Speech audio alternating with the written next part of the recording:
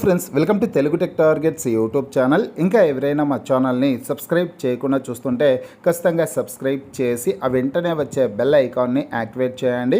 అలాగే ఈ వీడియో కింద డిస్క్రిప్షన్లో మా WhatsApp group, Telegram group links ఇవ్వడం జరిగింది. ఆ లింక్పై క్లిక్ చేసి గ్రూప్లో కూడా జాయిన్ అవ్వండి. ప్రతిరోజు వచ్చే job updates, current affairs updates అన్ని కూడా వాట్సాప్ గ్రూప్, టెలిగ్రామ్ గ్రూపుల్లో షేర్ చేయడం అయితే జరుగుతుంది. కాకపోతే ఫ్రెండ్స్, ఆంధ్రప్రదేశ్ రాష్ట్రంలో ఎన్టీఆర్ యూనివర్సిటీలో ఉద్యోగాల భర్తీ కోసం ఒక కొత్త నోటిఫికేషన్ విడుదలైందండి. Data entry operator, computer operator, system administrator పోస్టుల భర్తీ కోసం ఈ నోటిఫికేషన్ని విడుదల చేశారు. డిగ్రీ అర్హత కలిగినటువంటి అభ్యర్థులు ఈ ఉద్యోగాలకు అప్లై చేసుకోవడానికి అవకాశం అయితే ఉంటుంది. నోటిఫికేషన్ లింక్ ఈ వీడియో కింద డిస్క్రిప్షన్లో ఇచ్చాను. స్టార్టింగ్లోనే డౌన్లోడ్ నోటిఫికేషన్ అని ఆ లింక్పై క్లిక్ చేసి మీ మొబైల్లోనే డౌన్లోడ్ చేసుకోవచ్చు. మేల్ క్యాండిడేట్స్, ఫిమేల్ క్యాండిడేట్స్ అందరూ కూడా అప్లై చేసుకోవడానికి అవకాశం అయితే ఉంటుందండి. ఆంధ్రప్రదేశ్ రాష్ట్రంలోని 26 జిల్లాలకు చెందినటువంటి అభ్యర్థులందరూ కూడా అప్లై చేసుకోవడానికి అవకాశం అయితే ఉంటుందన్నమాట.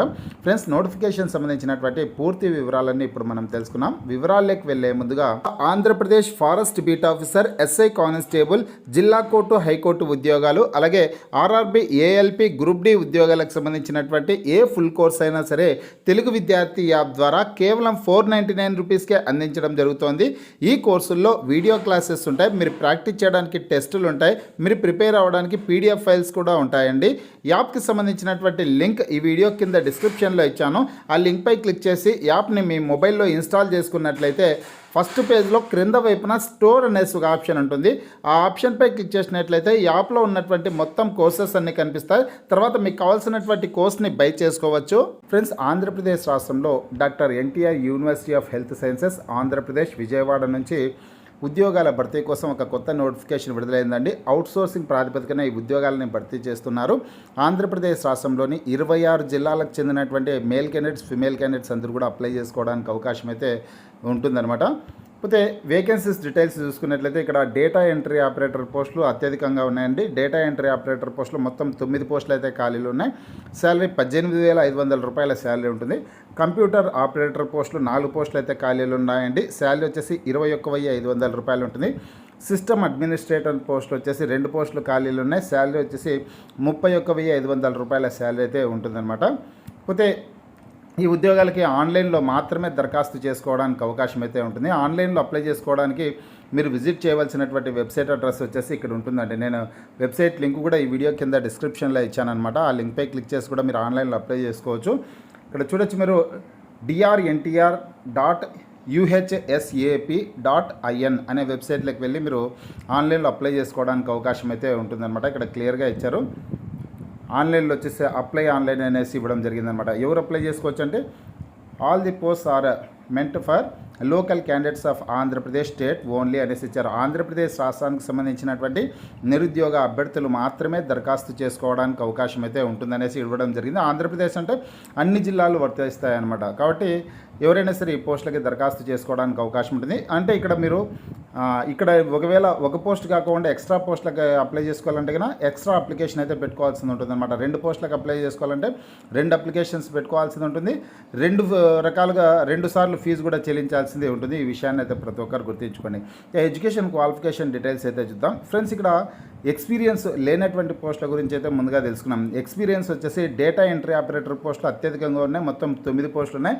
ఆ ఉద్యోగాలకు మాత్రం ఎటువంటి ఎక్స్పీరియన్స్ అయితే అడగలేదండి. క్వాలిఫికేషన్ చూసుకున్నట్లయితే కన్నా ఏదైనా డిగ్రీ విద్యార్హత కలిగి ఉండి పీజీడీసీఏ కానీ డీసీఏ కానీ కంప్యూటర్ కోర్స్ చేసినటువంటి అభ్యర్థులు అప్లై చేసుకోవచ్చు అనమాట. ఎనీ డిగ్రీ అండి, ఏ డిగ్రీ ఉన్నా పర్వాలేదు, కంప్యూటర్ నాలెడ్జ్ అయితే ఉండాల్సింది ఉంటుంది. పీజీడీసీఏ కానీ డీసీఏ కానీ కంప్యూటర్ కోర్స్ చేసినటువంటి వాళ్ళు అప్లై చేసుకోవచ్చు. అది లేదంటే కన్నా మామూలు డిగ్రీ, మీరు చేసినటువంటి డిగ్రీలో కంప్యూటర్ అనేది ఒక సబ్జెక్ట్ కలిగి ఉండి కూడా దరఖాస్తు చేసుకోవడానికి అవకాశం అయితే ఉంటుందన్నమాట.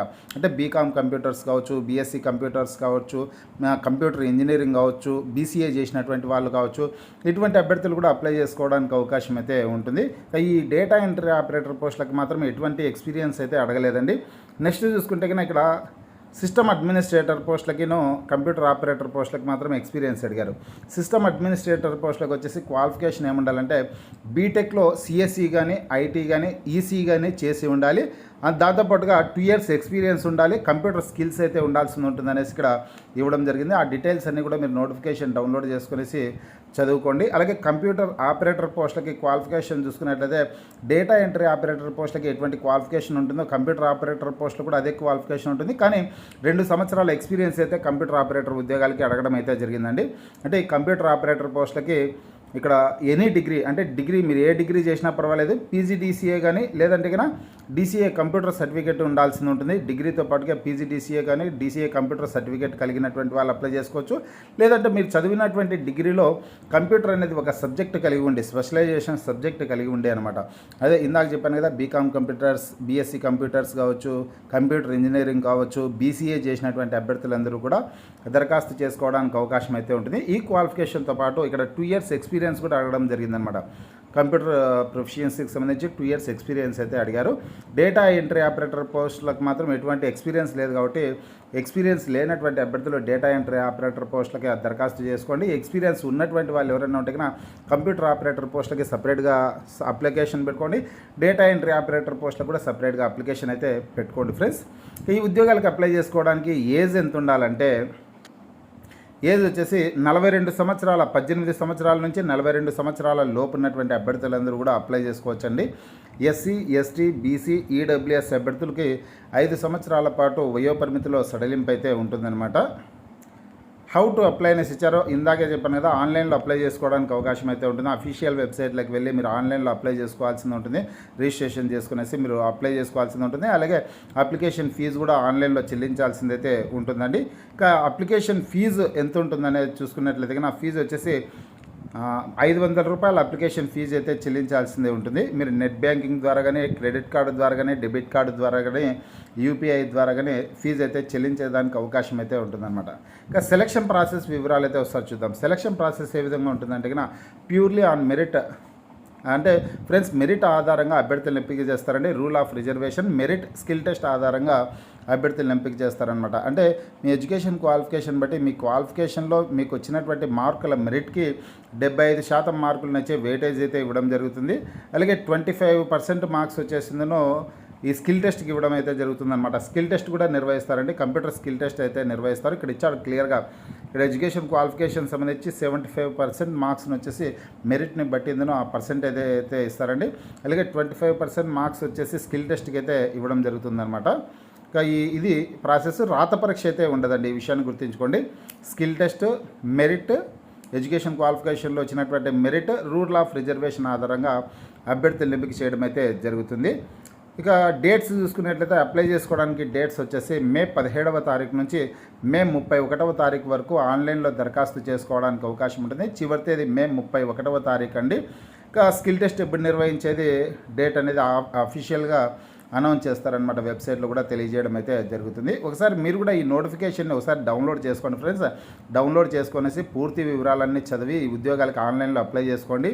ఆన్లైన్లో అప్లై చేసుకునే సందర్భంగా మీ దగ్గర ఏ సర్టిఫికేట్స్ ఉండాలి అనే డీటెయిల్స్ అన్ని కూడా ఇక్కడ క్లియర్గా ఇవ్వడం అయితే జరిగిందనమాట. ఒరిజినల్ సర్టిఫికేట్స్ అప్లోడ్ చేయాల్సి ఉంటుంది అనేసి ఇవ్వడం జరిగింది. ఇక్కడ మొత్తం ఇక్కడ చాలా రకాలైతే ఉన్నాయి. ఒకసారి ఈ నోటిఫికేషన్ని డౌన్లోడ్ చేసుకున్నట్లయితే ఆ వివరాలన్నీ తెలుసుకొనేసి మీరు ఆన్లైన్లో అప్లై చేసుకోవడానికి అవకాశం అయితే ఉంటుందన్నమాట. మీకు ఈ వీడియో నచ్చినట్లయితే లైక్ చేయండి, షేర్ చేయండి.